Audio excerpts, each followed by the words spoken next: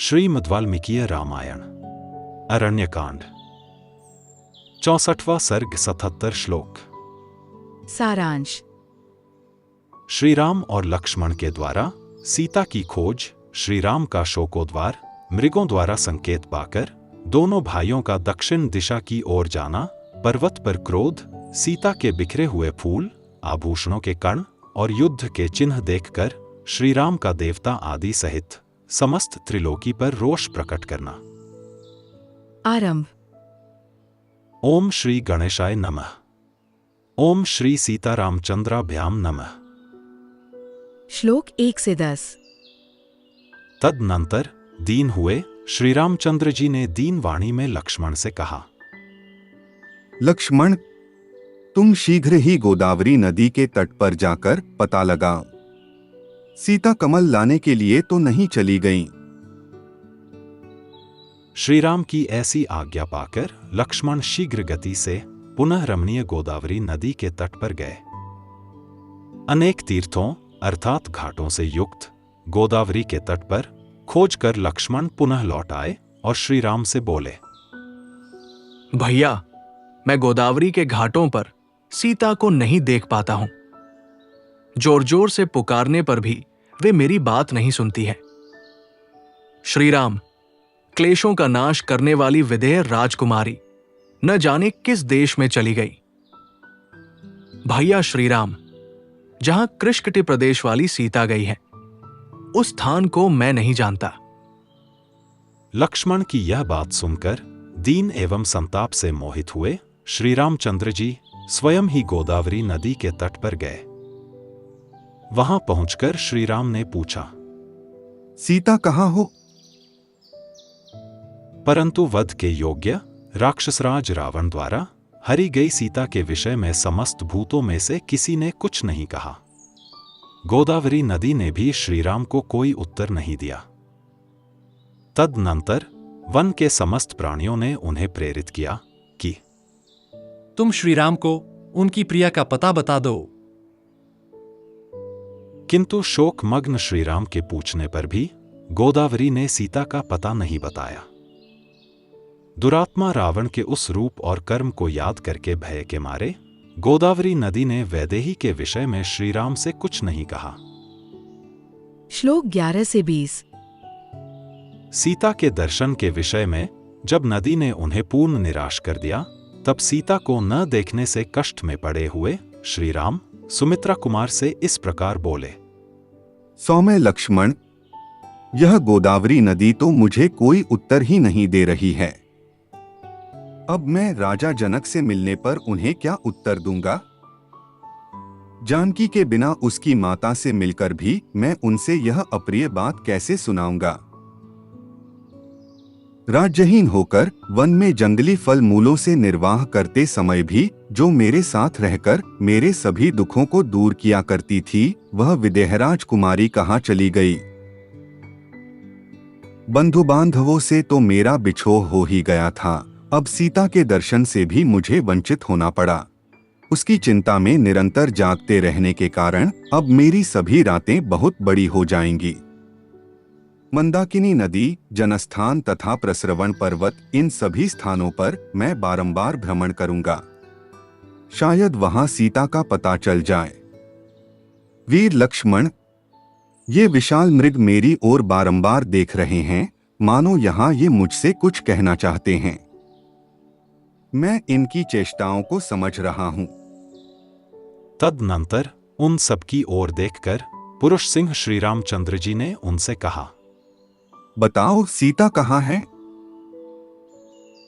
उन मृगों की ओर देखते हुए राजा श्री राम ने जब अश्रु गदगद वाणी से इस प्रकार पूछा, तब वे मृग सहसा उठकर खड़े हो गए और ऊपर की ओर देखकर आकाश मार्ग की ओर लक्ष्य कराते हुए सबके सब दक्षिण दिशा की ओर मुंह किए दौड़ने लगे। मिथिलेश कुमारी सीता हरी जाकर जिस दिशा की ओर गई थीं, उसी ओर के मार्ग से जाते हुए वे मृग राजा श्री रामचंद्र जी की ओर मुड़ मुड़ कर देख रहे थे। वे मृग आकाशमार्ग और भूमि दोनों की ओर देखते और गर्जना करते हुए पुनः आगे बढ़ते जा रहे थे। लक्ष्मण ने उनकी इस चेष्टा को लक्ष्य किया। वे जो कुछ कहना चाहते थे उसका सार सर्वस्वरूप जो उनकी चेष्टा थी उसे उन्होंने अच्छी तरह समझ लिया। श्लोक 21 से 30। तदनंतर बुद्धिमान लक्ष्मण ने आर्त से होकर अपने बड़े भाई से इस प्रकार कहा। आर्य, जब आपने पूछा कि सीता कहाँ है, तब ये मृग सहसा उठकर खड़े हो गए और पृथ्वी तथा दक्षिण की ओर हमारा लक्ष्य कराने लगे हैं। आतदेव, यही अच्छा होगा कि हम लोग इस नैऋत्य दिशा की ओर चलें। संभव है इधर जाने से सीता का कोई समाचार मिल जाए अथवा आर्या सीता स्वयं ही दृष्टिगोचर हो जाए। तब बहुत अच्छा कहकर श्रीमान रामचंद्र जी लक्ष्मण को साथ ले पृथ्वी की ओर ध्यान से देखते हुए दक्षिण दिशा की ओर चल दिए। वे दोनों भाई आपस में इसी प्रकार की बातें करते हुए ऐसे मार्ग पर जा पहुंचे जहां भूमि पर कुछ फूल गिरे दिखाई दे रहे थे। पृथ्वी पर फूलों की उस वर्षा को देखकर वीर श्रीराम ने दुखी हो लक्ष्मण से यह दुख भरा वचन कहा। लक्ष्मण, मैं इन फूलों को पहचानता हूं। ये वे ही फूल यहाँ गिरे हैं जिन्हें वन में मैंने विदेह नंदिनी को दिए थे और उन्होंने उन्हें अपने केशों में लगा लिया था। मैं समझता हूँ सूर्य, वायु और यशस्विनी पृथ्वी ने मेरा प्रिय करने के लिए ही इन फूलों को सुरक्षित रखा है। पुरुष प्रवर लक्ष्मण से ऐसा कहकर धर्मात्मा महाबाहु श्रीराम ने झरनों से भरे हुए प्रसरवण गिरी से कहा। पर्वतराज, क्या तुमने इस वन के रमणीय प्रदेश में मुझसे बिछुड़ी हुई सर्वांग सुंदरी रमणी सीता को देखा है? तदनंतर जैसे सिंह छोटे मृग को देखकर दहाड़ता है उसी प्रकार वे कुपित हो वहां उस पर्वत से बोले। पर्वत, जब तक मैं तुम्हारे सारे शिखरों का विध्वंस नहीं कर डालता हूं, इसके पहले ही तुम उस कांचन की सी कायाकांति वाली सीता का मुझे दर्शन करा दो। श्लोक 32 से 40। श्रीराम के द्वारा मैथिली के लिए ऐसा कहे जाने पर उस पर्वत ने सीता को दिखाता हुआ सा कुछ चिन्ह प्रकट कर दिया। श्री रघुनाथ जी के समीप वह सीता को साक्षात उपस्थित न कर सका। तब दशरथ नंदन श्रीराम ने उस पर्वत से कहा। अरे, तू मेरे बाणों की आग से जलकर भस्मीभूत हो जाएगा। किसी भी ओर से तू सेवन के योग्य नहीं रह जाएगा। तेरे तृण, वृक्ष और पल्लव नष्ट हो जाएंगे। लक्ष्मण, यदि यह नदी आज मुझे चंद्रमुखी सीता का पता नहीं बताती है तो मैं अब इसे भी सुखा डालूंगा। ऐसा कहकर रोष में भरे हुए श्री रामचंद्र जी उसकी ओर इस प्रकार देखने लगे मानो अपनी दृष्टि द्वारा उसे जलाकर भस्म कर देना चाहते हैं। इतने ही में उस पर्वत और गोदावरी के समीप की भूमि पर राक्षस का विशाल पदचिन्ह उभरा हुआ दिखाई दिया। साथ ही राक्षस ने जिनका पीछा किया था और जो श्रीराम की अभिलाषा रखकर रावण के भय से संत्रस्त हो इधर उधर भागती फिरी थीं, उन विदेह राजकुमारी सीता के चरण चिन्ह भी वहां दिखाई दिए। सीता और राक्षस के पैरों के निशान, टूटे धनुष, तरकस और छिन्न भिन्न होकर अनेक टुकड़ों में बिखरे हुए रथ को देखकर श्री रामचंद्र जी का हृदय घबरा उठा। वे अपने प्रिय भ्राता सुमित्रा कुमार से बोले। लक्ष्मण, देखो ये सीता के आभूषणों में लगे हुए सोने के घुंघरू बिखरे पड़े हैं। सुमित्रानंदन, उसके नाना प्रकार के हार भी टूटे पड़े हैं।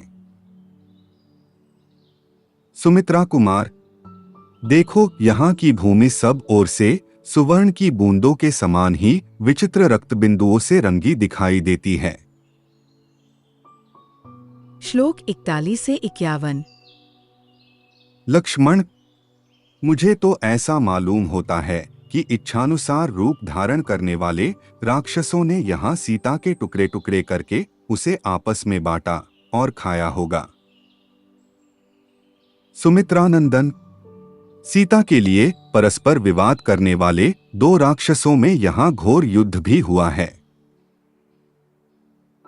सौम्य, तभी तो यहाँ यह मोती और मणियों से जटित एवं विभूषित किसी का अत्यंत सुंदर और विशाल धनुष खंडित होकर पृथ्वी पर पड़ा हुआ है। यह किसका धनुष हो सकता है? वत्स, पता नहीं कि यह विशाल धनुष राक्षसों का है या देवताओं का। यह प्रातःकाल के सूर्य की भांति प्रकाशित हो रहा है तथा इसमें वैदूर्य मणि अर्थात नीलम के टुकड़े जड़े हुए हैं। सौम्य, उधर पृथ्वी पर टूटा हुआ एक सोने का कवच पड़ा है। न जाने वह किसका है। दिव्य मालाओं से सुशोभित यह 100 कमानियों वाला छत्र किसका है? इसका डंडा टूट गया है और यह धरती पर गिरा दिया गया है। इधर ये पिशाचों के समान मुख वाले भयंकर रूपधारी गधे मरे पड़े हैं। इनका शरीर बहुत ही विशाल रहा है। इन सब की छाती में सोने के कवच बंधे हैं। ये युद्ध में मारे गए प्रतीत होते हैं। पता नहीं ये किसके थे तथा संग्राम में काम देने वाला यह किसका रथ पड़ा है। इसे किसी ने उल्टा गिराकर तोड़ डाला है। सम्रांगण में स्वामी को सूचित करने वाली ध्वजा भी इसमें लगी थी। यह तेजस्वी रथ प्रज्वलित अग्नि के समान दमक रहा है।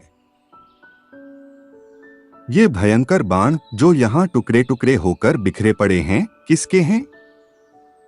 इनकी लंबाई और मोटाई रथ के धुरे के समान प्रतीत होती है।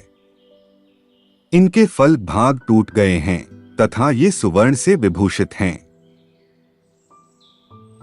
लक्ष्मण, उधर देखो, ये बाणों से भरे हुए 2 तरकस पड़े हैं जो नष्ट कर दिए गए हैं।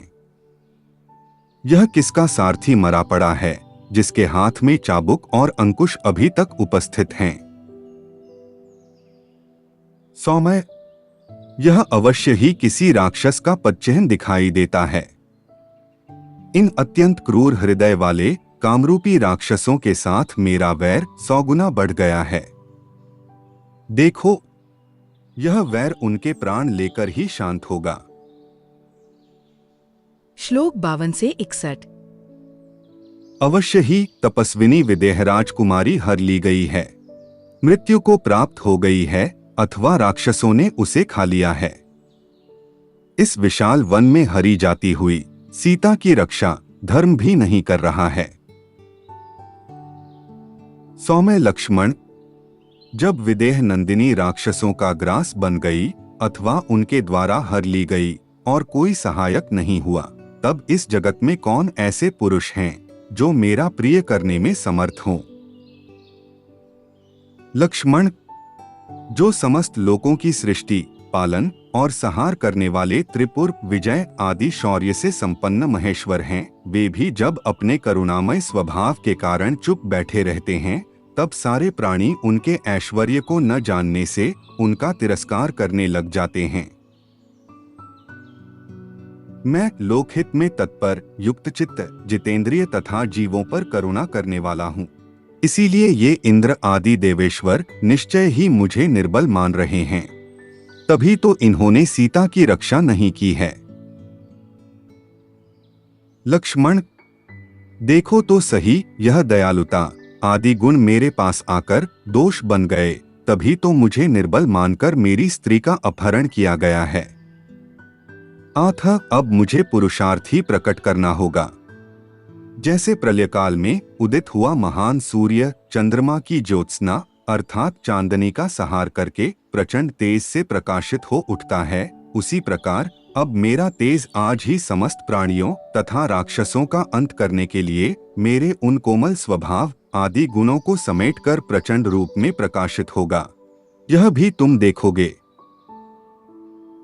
लक्ष्मण, अब न तो यक्ष, न गंधर्व, न पिशाच, न राक्षस, न किन्नर और न मनुष्य ही चैन से रह पाएंगे। सुमित्रानंदन, देखना, थोड़ी ही देर में आकाश को मैं अपने चलाए हुए बाणों से भर दूंगा और तीनों लोकों में विचरने वाले प्राणियों को हिलने डुलने भी न दूंगा। ग्रहों की गति रुक जाएगी, चंद्रमा छिप जाएगा, अग्नि, मरुदगण तथा सूर्य का तेज नष्ट हो जाएगा, सब कुछ अंधकार से आच्छन्न हो जाएगा, पर्वतों के शिखर मथ डाले जाएंगे, सारे जलाशय अर्थात नदी, सरोवर आदि सूख जाएंगे, वृक्ष, लता और गुल्म नष्ट हो जाएंगे और समुद्रों का भी नाश कर दिया जाएगा। इस प्रकार मैं सारी त्रिलोकी में ही काल की विनाश लीला आरंभ कर दूंगा। श्लोक 62 से 71। सुमित्रानंदन, यदि देवेश्वर गण इसी मुहूर्त में मुझे सीता देवी को सकुशल नहीं लौटा देंगे तो वे मेरा पराक्रम देखेंगे। लक्ष्मण, मेरे धनुष की प्रत्यंचा से छूटे हुए बाण समूहों द्वारा आकाश के ठसाठस भर जाने के कारण उसमें कोई प्राणी उड़ नहीं सकेंगे। सुमित्रानंदन, देखो आज मेरे नाराचों से रौंदा जाकर यह सारा जगत व्याकुल और मर्यादा रहित हो जाएगा। यहाँ के मृग और पक्षी आदि प्राणी नष्ट एवं उद्भ्रांत हो जाएंगे। धनुष को कान तक खींच कर छोड़े गए मेरे बाणों को रोकना जीव जगत के लिए बहुत कठिन होगा। मैं सीता के लिए उन बाणों द्वारा इस जगत के समस्त पिशाचों और राक्षसों का संहार कर डालूंगा। रोष और अमर्ष पूर्वक छोड़े गए मेरे फल रहित दूरगामी बाणों का बल आज देवता गण देखेंगे। मेरे क्रोध से त्रिलोकी का विनाश हो जाने पर न देवता रह जाएंगे, न दैत्य, न पिशाच रह पाएंगे और न राक्षस ही। देवताओं, दानवों, यक्षों और राक्षसों के जो लोक हैं वे मेरे बाण समूहों से टुकड़े टुकड़े होकर बारंबार नीचे गिरेंगे। सुमित्रानंदन, यदि देवेश्वर गण मेरी हरी या मरी हुई सीता को लाकर मुझे नहीं देंगे तो आज मैं अपने सायकों की मार से इन तीनों लोकों को मर्यादा से भ्रष्ट कर दूंगा। यदि वे मेरी प्रिया विदेहराज कुमारी को मुझे उसी रूप में वापस नहीं लौटाएंगे तो मैं चराचर प्राणियों सहित समस्त त्रिलोकी का नाश कर डालूंगा। जब तक सीता का दर्शन नहीं होगा तब तक मैं अपने सायकों से समस्त संसार को संतप्त करता रहूंगा। श्लोक 72 से 77। ऐसा कहकर श्री रामचंद्र जी के नेत्र क्रोध से लाल हो गए, होठ फड़कने लगे। उन्होंने वल्कल और मृगचर्म को अच्छी तरह कसकर अपने जटाभार को भी बांध लिया। उस समय क्रोध में भरकर उस प्रकार संहार के लिए उद्यत हुए भगवान श्री राम का शरीर पूर्वकाल में त्रिपुर का संहार करने वाले रुद्र के समान प्रतीत हो रहा था। उस समय लक्ष्मण के हाथ से धनुष लेकर श्री रामचंद्र जी ने उसे दृढ़तापूर्वक पकड़ लिया और एक विषधर सर्प के समान भयंकर और प्रज्वलित बाण लेकर उसे उस धनुष पर रखा। तत्पश्चात शत्रु नगरी पर विजय पाने वाले श्री राम प्रलयाग्नि के समान कुपित हो इस प्रकार बोले। लक्ष्मण, जैसे बुढ़ापा, जैसे मृत्यु, जैसे काल और जैसे विधाता सदा समस्त प्राणियों पर प्रहार करते हैं किंतु उन्हें कोई रोक नहीं पाता है, उसी प्रकार निस्संदेह क्रोध में भर जाने पर मेरा भी कोई निवारण नहीं कर सकता। यदि देवता आदि आज पहले की ही भांति मनोहर दांतों वाली अनिंद्य सुंदरी मिथिलेश कुमारी सीता को मुझे लौटा नहीं देंगे तो मैं देवता, गंधर्व, मनुष्य, नाग और पर्वतों सहित सारे संसार को उलट दूंगा। इस प्रकार श्री वाल्मीकि निर्मित आर्ष रामायण आदि काव्य के अरण्यकांड में 64वां सर्ग पूरा हुआ। Presented by doctor T.K. Bansal, a blind scientist. Please like and share this video and don't forget to subscribe my channel. Jai Shri Ram.